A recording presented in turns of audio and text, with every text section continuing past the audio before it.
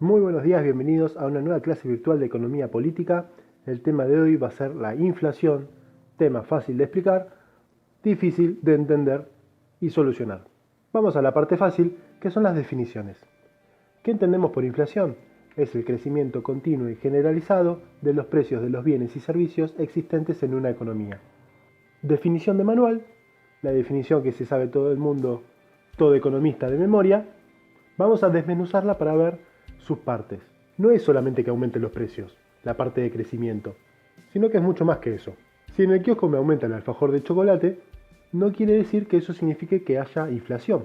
Para que haya inflación, el aumento debe ser generalizado, es decir, se debe producir en toda la economía y además debe ser continuo en el tiempo. No es que aumentan las cosas una vez y ya podemos hablar de inflación.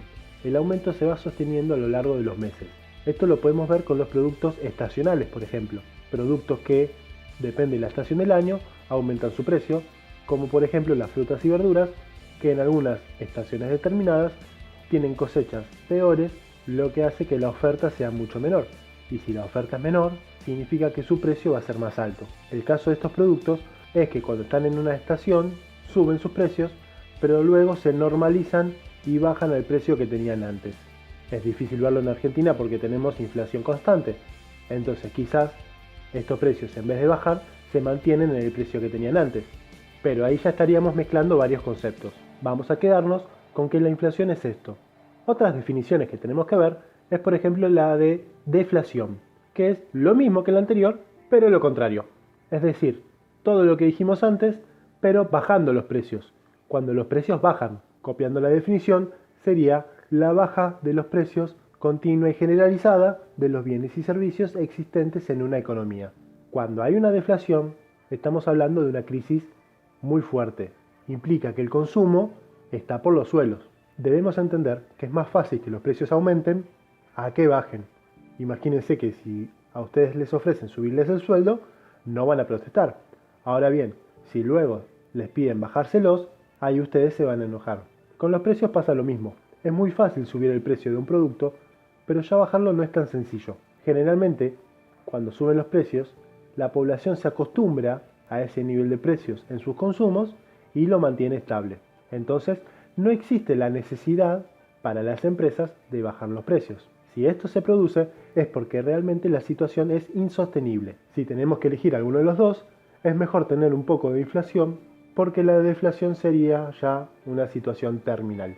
Esta falta de consumo genera que las empresas vendan menos, y si venden menos, empiezan a suspender y despedir trabajadores, generando más desempleo. Y si hay más desempleo, se genera que se vuelva a bajar el consumo, lo que termina siendo un círculo vicioso donde la situación económica es cada vez peor.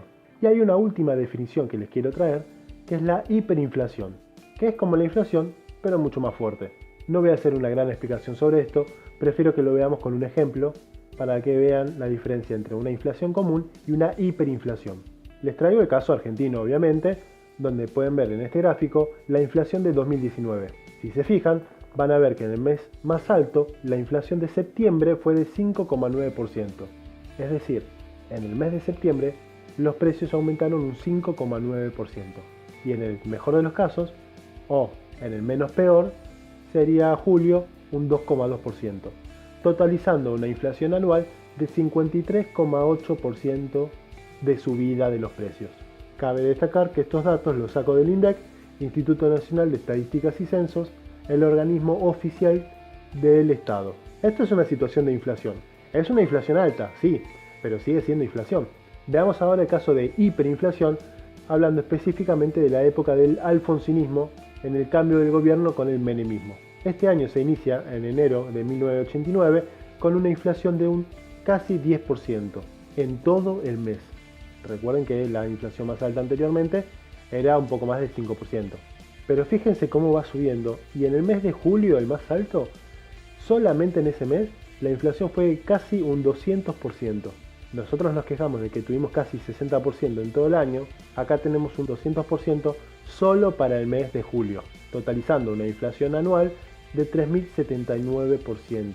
Eso es lo que subieron los precios, se multiplicaron por 3.000. Era muy común que en ese momento, cuando se cobraba el sueldo, se iba corriendo a gastarlo porque si esperabas unas horas, esa plata ya no valía nada. Incluso cuando entrabas en un negocio, al salir ya habían remarcado los precios. Estamos hablando de varios aumentos por día, no solo por mes.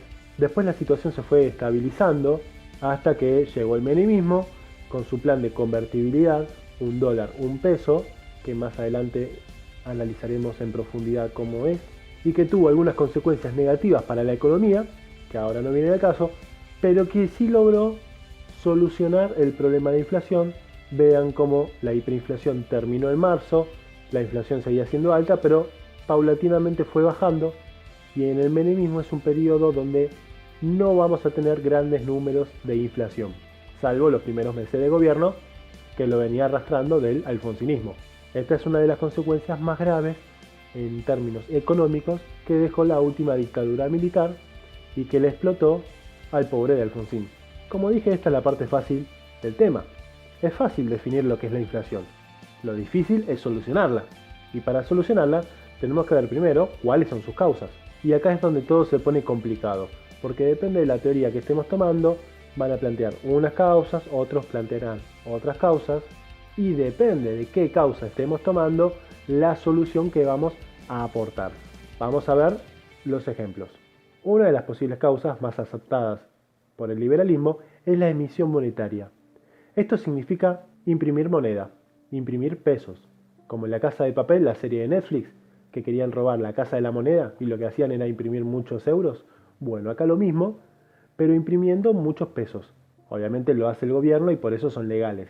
No es que cada uno puede imprimir los pesos que quiere, lo imprime solamente el gobierno. Y son pesos que están respaldados en el dólar. Cuanto mayor sea la emisión, ese respaldo va a ser más chico. El dinero va a valer menos. Pero para que se entienda bien esto, vamos al Paint y lo vamos a explicar ahí. Nuestra economía está basada principalmente en los pesos, que son estos papelitos de colores que vemos acá. ¿Pero por qué nosotros les damos un valor a estos pesos, a estos papeles? ¿Por qué para nosotros este billete de color naranja vale mucho más que un billete como este que vale 100? ¿No les parece raro que nosotros le asignemos tanta importancia a estos papelitos de colores? Ahí es cuando entra en juego la palabra que había mencionado anteriormente, que es el respaldo. El respaldo que tienen todas las monedas en el mundo. ¿Cuál era hasta hace unos años el respaldo más común? Era el oro. Todas las monedas podían respaldarse a través de su equivalencia en oro. Es decir, yo podía intercambiar los pesos que tenía por algún lingote de oro. Supongamos un ejemplo donde yo tengo 1000 pesos y los puedo intercambiar, en este ejemplo, por 1 kilo de oro. Hay algo fundamental en este sistema para que esto funcione y que, agrego, es fundamental para toda transacción económica, que es la confianza.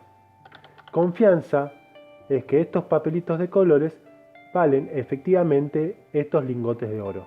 Sin esa confianza, este sistema se cae abajo. Yo necesito que haya confianza para creer que con 1000 pesos puedo comprar 1 kilo de oro. El problema es que hace unos años se abandonó lo que se llamaba patrón oro. Es decir, esta equivalencia entre pesos y oro ya no existe más. Utilizamos otro elemento para hacer equivalencia. Y por raro que parezca hoy en día, el elemento que utilizamos es el dólar. El dólar reemplaza al oro y termina siendo la equivalencia que antes teníamos con el oro. Es decir, ahora yo puedo cambiar esta cantidad de pesos, supongamos que lo puedo intercambiar por 10 dólares. Esto significa que tener este billetito naranja implica que yo lo pueda cambiar por 10 dólares. Si yo tuviera el billetito verde de 500, lo podría cambiar por la mitad de estos 10 dólares, es decir, por 5 dólares. Sigamos avanzando sobre esto. Ya dijimos entonces que gracias a la confianza, el dinero tiene un respaldo. Este respaldo significa que estos papelitos de colores yo los puedo cambiar por dólares. Gracias a esta confianza, nosotros podemos interactuar en pesos. Es decir, si mi empleador viene y me paga con billetitos de colores, yo lo voy a aceptar porque tengo la confianza en que esos billetitos de colores los puedo usar para comprar otra cosa. Sin esa confianza, la economía no existiría. Vamos entonces a el problema del valor del peso, porque como todos saben, muy pocas personas confían en el peso porque no para de perder valor. Y ahí es cuando entra en juego la emisión monetaria. Vamos a poner acá entonces la emisión, es decir, imprimir pesos. Yo podría, por ejemplo, imprimir 1000 pesos más y tendría un total de 2000 pesos. Mi base monetaria, es decir, la cantidad de pesos que circulan en la economía, va a ser de 2000 pesos. Y esto equivale entonces a 20 dólares. Porque como 1000 eran 10, 2000 van a ser 20. Acá es cuando empiezan los problemas. La emisión monetaria yo la hago con los pesos. Yo puedo imprimir pesos. No puedo imprimir dólares. El único país que puede imprimir dólares es Estados Unidos. Todos los demás países imprimen la moneda de su propio país. Entonces, el problema aparece porque yo tengo 2000 pesos, pero no tengo 20 dólares. Sigo teniendo 10, porque yo no imprimí 10 dólares. ¿Qué es lo que termina pasando? Que antes 1000 pesos valían 10 dólares. Pero ahora, como el respaldo siguen siendo esos 10 dólares, 2000 pesos valen 10 dólares. Lo que está pasando es que el peso pierde valor, baja su valor y esto es lo que llamamos devaluación. El problema entonces es que yo acá voy a seguir teniendo los mismos 10 dólares que antes. ¿Cuál sería la solución entonces? Voy a tener que modificar este número de dólares y lo puedo hacer de dos maneras distintas. Por un lado, subiendo las exportaciones. Las exportaciones son los productos que yo vendo a otros países. Los otros países me los compran con dólares, porque la moneda internacional de intercambio es el dólar. Si yo comercio con Venezuela, voy a comerciar en dólares. Todas las economías del mundo tienen su respaldo en dólares y por eso el comercio internacional se rige por esta moneda. ¿Por qué pasa esto? Porque hay una confianza en que Estados Unidos va a seguir siendo la más importante de todas las economías en los próximos años. Hoy en día, Estados Unidos es la principal economía del mundo, medida en términos de PBI. Toda Europa, mejor dicho, toda la Unión Europea, ocupa el segundo lugar. O sea, imagínense la magnitud que tiene Estados Unidos, que supera a todos los países europeos juntos. Y por detrás, avanzando muy rápidamente, está China, que avanza muy rápido, pero todavía está bastante lejos del primer lugar. Entonces, todo el mundo sigue teniendo confianza en que la economía de Estados Unidos seguirá siendo la más importante y más teniendo en cuenta la recuperación que tuvo en los últimos años durante la última gestión de Obama y la gestión de Donald Trump, donde por más que no nos caiga simpático, la economía fue bien. Entonces, esta confianza permitirá que las exportaciones nos traigan más dólares a nuestra economía. Otra forma, no tan positiva como la anterior, es tomar deuda. La última que tomamos es al Fondo Monetario Internacional. Esto hace que aumenten los dólares que nosotros tenemos guardados. Si le pedimos plata al FMI, significa que la cantidad de dólares que tenemos va a aumentar. Y si la cantidad de dólares que tengo aumenta, significa que yo puedo imprimir más plata sin generar inflación. Y si yo imprimo más plata, lo que voy a hacer es que mi economía sea más fuerte y el Estado pueda gastar más sin tener problemas económicos. Esto es lo que nosotros conocemos como reservas del Banco Central, que actualmente están un poquito más abajo de 50.000 millones de dólares y que representan concretamente los ahorros del país en términos de dólares. Es lo que el país tiene guardado bajo el colchón. Con una aclaración, no toda esa plata es disponible. Hay cosas que el Estado no puede usar porque algunos son deuda o compromisos que el FMI se comprometió a hacer, pero es algo muy técnico que no viene al caso ahora. Quedémonos con que son los ahorros que tiene nuestro país. Y entonces, ¿por qué todo este sistema genera inflación? Vimos que el peso pierde valor, el dólar se hace más caro, o mejor dicho, el dólar no cambia de valor. Lo que cambia de valor es el peso, que pierde valor. Por eso nos da la sensación de que el dólar se hace más caro. Pero eso es porque el sueldo no aumenta al mismo nivel que el dólar. El dólar cambia todos los días, nuestro sueldo no. Por eso nos da la sensación de que el dólar se está moviendo cuando en realidad se mueve el peso. así como nos daba la sensación de que se movía el Sol porque desaparecía en la noche, cuando en realidad lo que se mueve es el planeta Tierra. ¿Por qué todo esto genera entonces inflación? Vamos a otro ejemplo. Muchos productos, como el petróleo, están dolarizados. Esto significa que se comercian en el mundo en dólares. Y estamos hablando de una de las materias primas más importantes que tiene el mundo. Tan importante que ha provocado guerras entre distintos países. Guerras y golpes de Estado. ¿Por qué genera inflación? ¿Que aumente el dólar? Porque esto genera que aumenten todos los costos de las empresas en la Argentina. Se hacen más altos. Si el petróleo aumenta, van a aumentar los combustibles, las naftas, el gasoil, haciendo que el camionero tenga mayores costos al momento de trasladar la mercadería. Y si yo como comerciante tengo que pagar un flete más caro, significa que mi costo es más alto y entonces voy a subir el precio. Por otro lado, también va a subir el precio de los transportes de pasajeros. Los trabajadores van a tener que poner más plata de sus bolsillos para ir a trabajar, lo que justificará que luego reclamen un aumento salarial. Esto es alguno de los ejemplos que puede provocar el petróleo. En realidad hay muchos productos que están referenciados en el dólar. En la última diapositiva vamos a ver unos ejemplos que hacen que si el dólar sube, automáticamente suben los precios en la economía. Y si no se lo preguntaron cuando hablé del respaldo del peso, quizás se lo empiecen a preguntar ahora, porque así como el peso está respaldado en el dólar, ¿qué es lo que respalda al dólar? ¿Solamente la confianza? Antes el dólar tenía su respaldo en el oro. Cuando lo abandonó, el respaldo pasó a ser distinto. Para explicarlo, les voy a dejar este video a continuación que habla sobre el dólar específicamente, su relación con los bienes y servicios, que puede producir inflación o deflación, y las consecuencias que tiene estos dos tipos de problemáticas económicas. ¿Qué pasa cuando hay inflación y qué pasa cuando hay deflación? Generalmente, como van a ver en el video, se acepta, o una economía sana, mejor dicho, tendría que tener entre un 2 y 5% de inflación anual para estimular la producción, no el 50% que tenemos nosotros por año. Pero les dejo el video para que lo vean de manera más clara.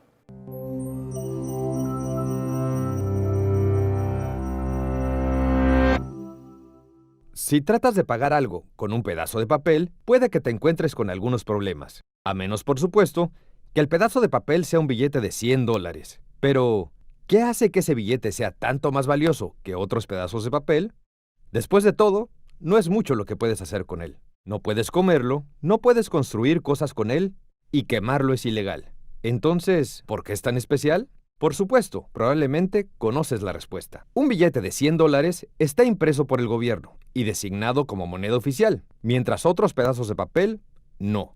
Pero eso es solo lo que los hace legales. Lo que le da valor a un billete de $100, por otro lado, es si hay muchos o pocos en circulación. A lo largo de la historia, el valor de la mayoría de las divisas, incluido el dólar americano, dependía del valor de las materias primas y de la cantidad de billetes en circulación. Pero luego de que Estados Unidos aboliera ese sistema en 1971, el dólar se convirtió en lo que conocemos como moneda fiduciaria, o sea, no relacionada con ningún recurso externo, sino que solo depende de las políticas de gobierno para decidir cuánto dinero imprimir.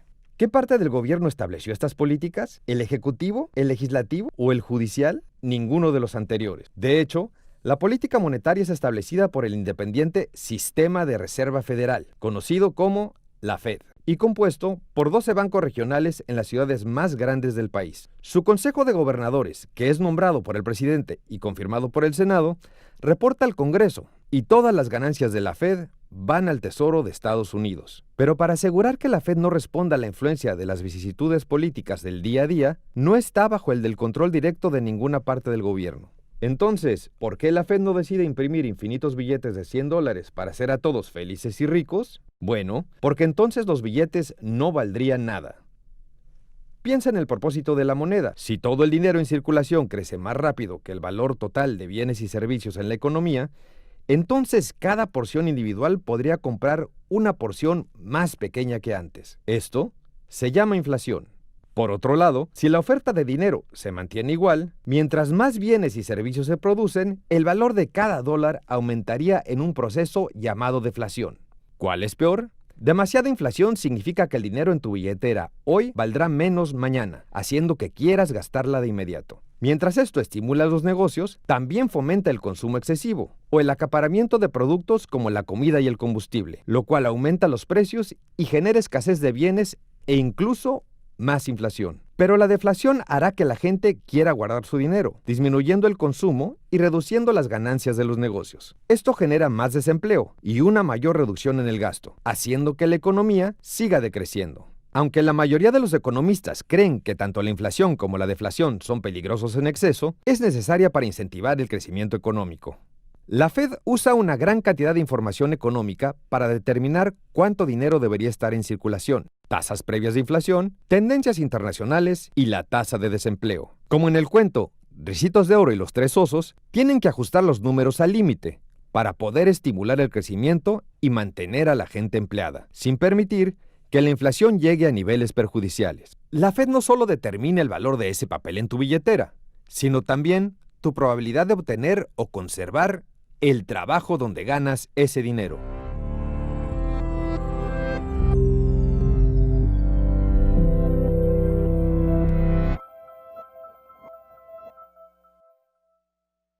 Espero que se haya entendido un poco más. Volvamos entonces a las diapositivas sobre la inflación. En base a lo que vimos recién, entendemos que una de las posibles soluciones es hacer un ajuste. El ajuste es básicamente bajar la cantidad de gastos que tiene el Estado. Si yo hago esto, la cantidad de pesos que necesito va a ser menos. Entonces, por ende, voy a imprimir menos pesos. Eso me estaría solucionando uno de los problemas de la inflación. Después el problema es que la economía va a tener ciertos problemas porque el Estado interviene menos y ayuda menos. Pero no es un debate en el que me quiera meter mucho ahora. Otra de las causas es el aumento del consumo. La economía crece mucho a un ritmo muy elevado, haciendo que la gente empiece a consumir más. De manera metafórica, la economía se empieza a recalentar. ¿Y qué hacemos con una máquina cuando se recalienta? La apagamos para que se vuelva a enfriar y no se rompa. Apagar la economía sería frenarla un poco, que deje de crecer, para de esa forma que los precios no sigan subiendo. Recordemos, cuando la demanda es muy alta, los precios suben. Es un poco lo que está pasando hoy en día. Por esto de la pandemia, el consumo cayó tanto que los niveles de inflación comparados con el año pasado bajaron mucho. Bajaron casi a la mitad de lo que venía aumentando últimamente. Sigue habiendo inflación, obviamente no se soluciona de un día para el otro, pero esta baja del consumo generó que la inflación no sea tan alta como antes. Otra de las causas es el aumento de los costos de las empresas. Cuando yo produzco algo tengo un costo determinado. Por ejemplo, si creo una prenda de vestir, una remera, uno de los costos va a ser la lana que yo uso para fabricarla. Supongamos que vale 10 pesos.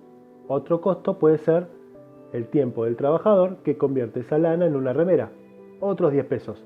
Y otros costos extras como la luz del lugar, el agua para lavar las prendas, el alquiler de donde estoy produciendo, los costos para venderla. Supongamos que todo eso son 10 pesos más, tenemos 30 pesos de costos, vamos a vender la remera a 60. Si a mí me suben los costos, supongamos que de 10 pasan a 15, 15 por 3, 45 pesos de costo, venderla a 60 ya no me es redituable, no me da mucha ganancia. Entonces la voy a vender más cara para tener un mayor margen de ganancia. ¿Cómo pueden subir los costos? Porque me subieron los salarios, porque el Estado me sube los impuestos, que es un poco lo que pasó en la gestión anterior, cuando se quitaron subsidios a los servicios como la luz y el agua, haciendo que muchos comerciantes tuvieran que pagar impuestos muchísimo más altos y algunos no pudieron afrontar esta carga. Entonces la solución ahí sería bajar impuestos, bajar salarios o políticas de flexibilización. Esto tiene que ver con bajar la cantidad de derechos que tienen los trabajadores y que el derecho legal no sea tan estricto con el empresario. Por ejemplo, que sea más fácil despedir a un trabajador, es decir, no pagarle indemnización, que no haya un salario mínimo, sino que yo pueda pagarle menos, que pueda hacerlo trabajar más horas, que pueda hacer contratos temporales, mayores facilidades que según los empresarios les van a permitir contratar más empleados, pero pagando menos costos salariales, haciendo que sus precios bajen. Y la última causa que vamos a ver es la de la concentración económica, que tiene que ver con que poquitas empresas controlan gran parte del mercado, como por ejemplo un oligopolio. Ahora más adelante vamos a ver algunos ejemplos que pueden ver en el libro de la materia de algunos mercados concentrados y qué empresas los concentran. Pero si son poquitas, pueden negociar los precios entre ellas y poner el precio más alto posible. No se pueden zarpar porque si yo pongo un litro de leche a 500 pesos, no lo va a comprar nadie. Pero sí puedo ponerlo lo más alto posible hasta donde la gente siga comprando. Sobre esto quiero que veamos el siguiente video sobre el periodista y economista Marcelo Slotoviazda en el canal C5N, periodista que murió hace muy poquito, que tiene una visión más heterodoxa de la economía, planteando otro tipo de causas. Ya me voy a meter en el debate ortodoxia-heterodoxia al final de esta clase, pero por ahora veamos este video. En la primera placa vamos a ver por qué Argentina tiene la inflación tan alta, no de ahora, históricamente, por supuesto que él duplicó la inflación que recibió. Primer punto, y es el más importante de todos, por la puja distributiva. La puja distributiva en un país donde hay demandas insatisfechas y donde hay permanentes carreras por ganarle al otro. Los precios a los salarios que quieren empatarle a los precios, los trabajadores con los empresarios, distintas regiones con otras regiones del país. Hay pujas distributivas de todo tipo que se materializan y se reflejan en aumentos de precios. El país no ha logrado un consenso distributivo y eso genera inflación. La causa básica de la inflación en Argentina, que por supuesto tiene otras razones complementarias y derivadas, como en el segundo lugar, la inercia de precios. En un país con tanta historia de inflación, la inflación tiene una inercia, los precios tienen una inercia. Por ejemplo, porque los contratos están indexados, porque las tarifas hay que actualizarlas, por las propias paritarias, que es una manera de inercia. No aumentan los precios, aumentan los salarios, como aumentan los costos, aumentan los precios, y esa inercia inflacionaria es muy difícil de frenar. En tercer lugar, por el efecto dólar. Argentina, particularmente, por todo lo que ha pasado en su historia económica, cada vez que el dólar aumenta, y no hace falta que le explique cómo ha aumentado el dólar en la historia argentina, ni hablar durante el gobierno de Macri, el traslado a precios es no solo inmediato, sino muy alto, mucho más alto que casi cualquier otro país del mundo. Cómo se transfiere el aumento del dólar a los precios. En cuarto lugar, por los desequilibrios fiscales y monetarios.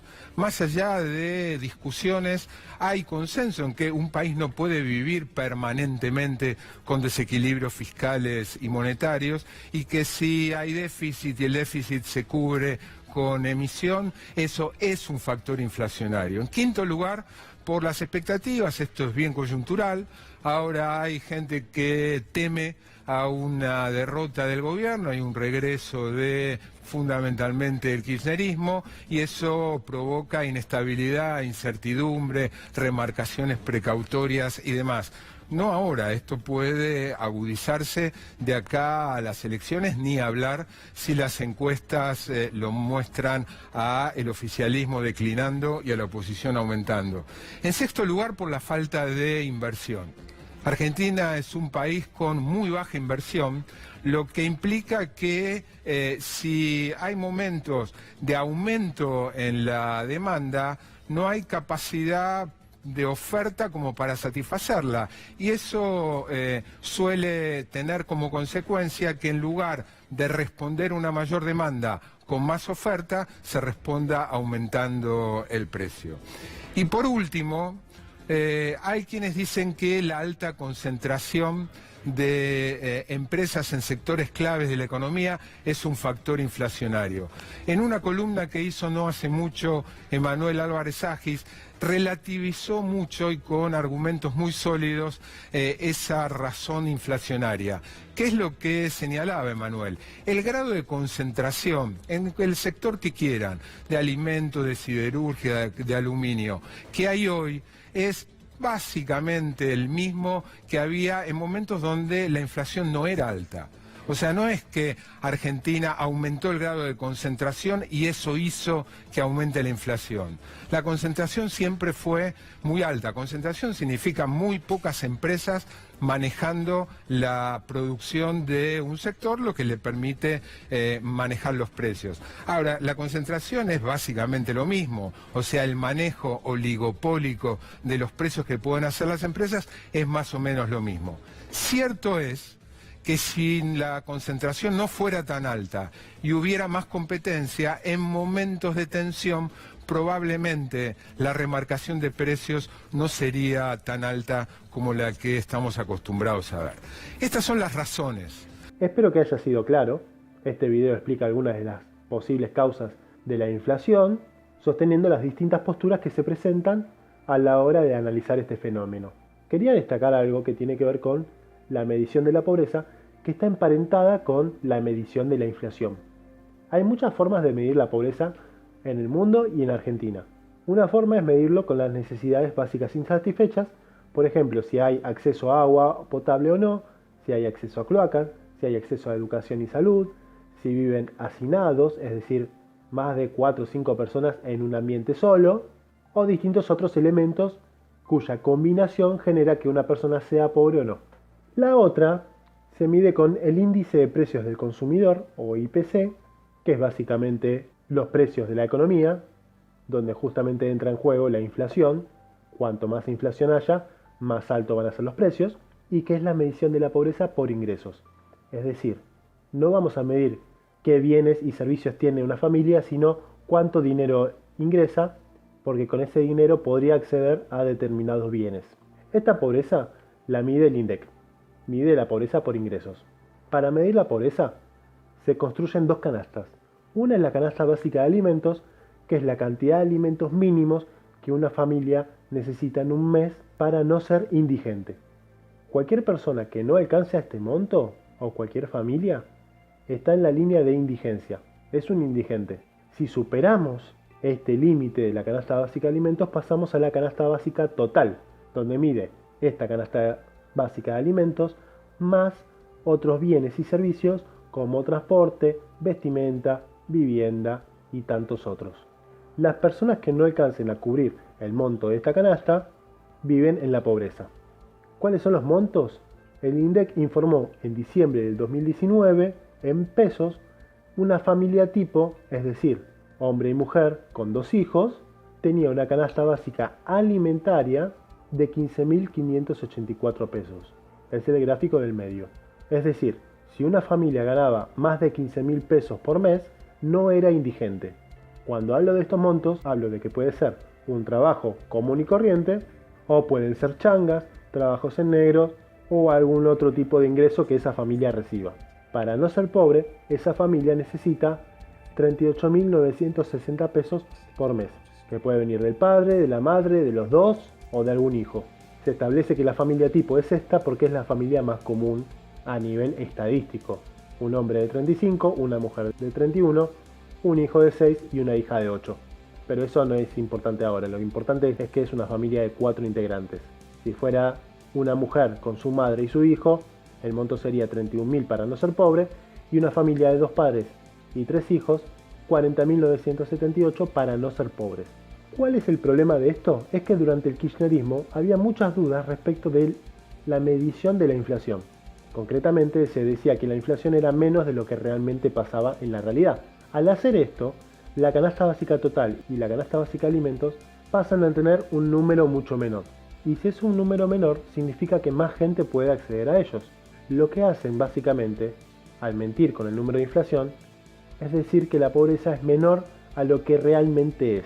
Hoy tenemos una pobreza que mide cerca del 40%, en ese momento estábamos hablando de aproximadamente un 10%, lo cual es un número muy bajo con lo que medían otras consultoras privadas. Justamente por esto es muy difícil reconstruir los datos estadísticos de la última época del kirchnerismo y se utilizan una combinación de distintas fuentes privadas o estatales, principalmente las mediciones que hacía la ciudad de Buenos Aires y la provincia de San Luis, en lo que se llamaba el IPC del Congreso, Índice de Precios del Consumidor, realizado por el Congreso tomando estos índices. Hoy en día, por suerte, no existe esta discusión del INDEC, los números son más creíbles y si bien no son exactamente iguales a los de consultoras privadas, las diferencias son muy pocas, lo cual es lógico porque estamos hablando de muestras de personas. No es que el INDEC le preguntó a los 44 millones de argentinos cuánto ganaba, sino que construyó una muestra de 2.000, 3.000 personas, lo que se hace siempre en estadística. Y el último tema que quería ver era esto que les decía del debate entre ortodoxia y heterodoxia, que según nos paremos en uno o en otro, va a ser el tipo de solución que vamos a plantear a los problemas. Por ejemplo, la ortodoxia tiene que ver con la teoría económica más dura y clásica, más liberal, más cercana a Adam Smith, David Ricardo, a economistas clásicos, bien apegada a lo que dicen los libros. Por ejemplo, van a plantear que si la inflación es porque aumenta la demanda o aumentan los salarios, la solución es enfriar la economía. Y punto. No importa de qué país estemos hablando, no importa de cuándo. La economía liberal dice que si la inflación es por el aumento de demanda, hay que bajar la demanda. No importa nada más. Como dije anteriormente, si una máquina se calienta mucho, la tengo que apagar para que no se rompa.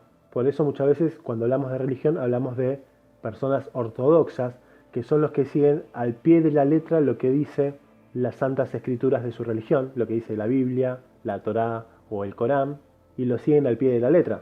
Al contrario de los heterodoxos, que son más flexibles en la interpretación económica, que se van a alejar un poco de los libros clásicos de economía, van a analizar más el contexto y van a plantear otras preocupaciones como las que le mencioné anteriormente de la concentración económica. Un mercado concentrado hace que los precios aumenten. Vamos a los ejemplos del libro que les mencioné que les iba a incluir. Estos datos son del 2011, son bastante viejos, pero a pesar de eso el mercado no tuvo grandes cambios al respecto. En todo caso hay más concentración que antes, porque realmente no hubieron políticas muy fuertes destinadas a la desconcentración económica. Algunos ejemplos: en el mercado de las leches, 2 empresas concentran el 66% del mercado. Es decir, de todas las leches que se venden en el mercado, el 66%, más de la mitad, es de Sancor o Danone. Danone es una empresa que se asoció a la Serenísima, es más grande todavía. En lo que son la chapa laminada, tanto en caliente como en frío, Siderar controla desde el 84 al 99%. Si yo quiero comprar chapa laminada en frío, el 99% de posibilidades tengo de comprársela a Siderar. Fíjense la concentración impresionante que existe. Son elementos que quizás uno en la vida cotidiana no compra mucho, pero se usa mucho en las construcciones. El cemento es un poco más usado, y la totalidad del cemento la venden solamente 4 empresas: Loma Negra, Minetti, Avellaneda y Petroquímica Comodoro Rivadavia. En el mercado del pan hay 2 empresas, Fargo y Bimbo, que concentran el 89% del mercado. Es una concentración terrible. Y en las galletitas, Danone, la que mencioné anteriormente, que compró la Serenísima, y Arcor concentran el 78% del mercado. La verdad que la concentración económica en la Argentina, y no solamente en Argentina, sino en el resto del mundo, es muy alta. Si ven este gráfico, van a ver poquitas empresas, pero la cantidad de marcas que concentran. Uno va a una góndola de supermercado, ve un montón de productos distintos y cree que hay competencia. Pero cuando analizamos un poco más, todas estas distintas marcas pertenecen a las mismas empresas. Empresas muy conocidas como las que ven acá: PepsiCo, Procter & Gamble, Nestlé, Unilever y tantas otras, muchas que faltan acá. Otra de las causas que ve la heterodoxia es la que mencionó en el video Slotoviazda, que es la puja distributiva, que tiene que ver con la redistribución de la riqueza. Por ejemplo, los exportadores de carne, uno de los mejores cortes es el lomo, uno de los cortes más tiernos y más caros. Si ellos lo venden al exterior, lo pueden vender en dólares bastante caro. Entonces los precios que le van a poner al lomo para la venta en el mercado interno va a ser mucho más caro porque no les conviene tanto. Y ahí tenemos que si aumenta el dólar, también va a aumentar el precio del lomo, porque ellos se rigen por el precio que tiene el lomo a nivel internacional. No les importa vender en el mercado interno. Por eso hablamos de puja distributiva, porque tenemos grandes exportadores con muchos recursos que lo venden afuera y a nosotros nos dejan los peores cortes, o los cortes buenos los dejan a un precio muy elevado. Esto se solucionaría, por ejemplo, restringiendo un poco las exportaciones, poniendo retenciones, que es lo que existe hoy, es decir, que por cada exportación haya que pagar impuestos, y si bien reduce la cantidad de exportaciones, desincentiva las ganancias extraordinarias que se tienen por vender afuera, haciendo que estos productores prefieran vender al mercado interno. Con esto abarcamos gran parte del tema de inflación. Da para debatir muchísimo sobre esto, pero quiero dejar el tema acá para no agobiarlos con tanta información. Recuerden que cualquier duda me las pueden dejar en los comentarios y nos vemos en la próxima clase. Hasta luego.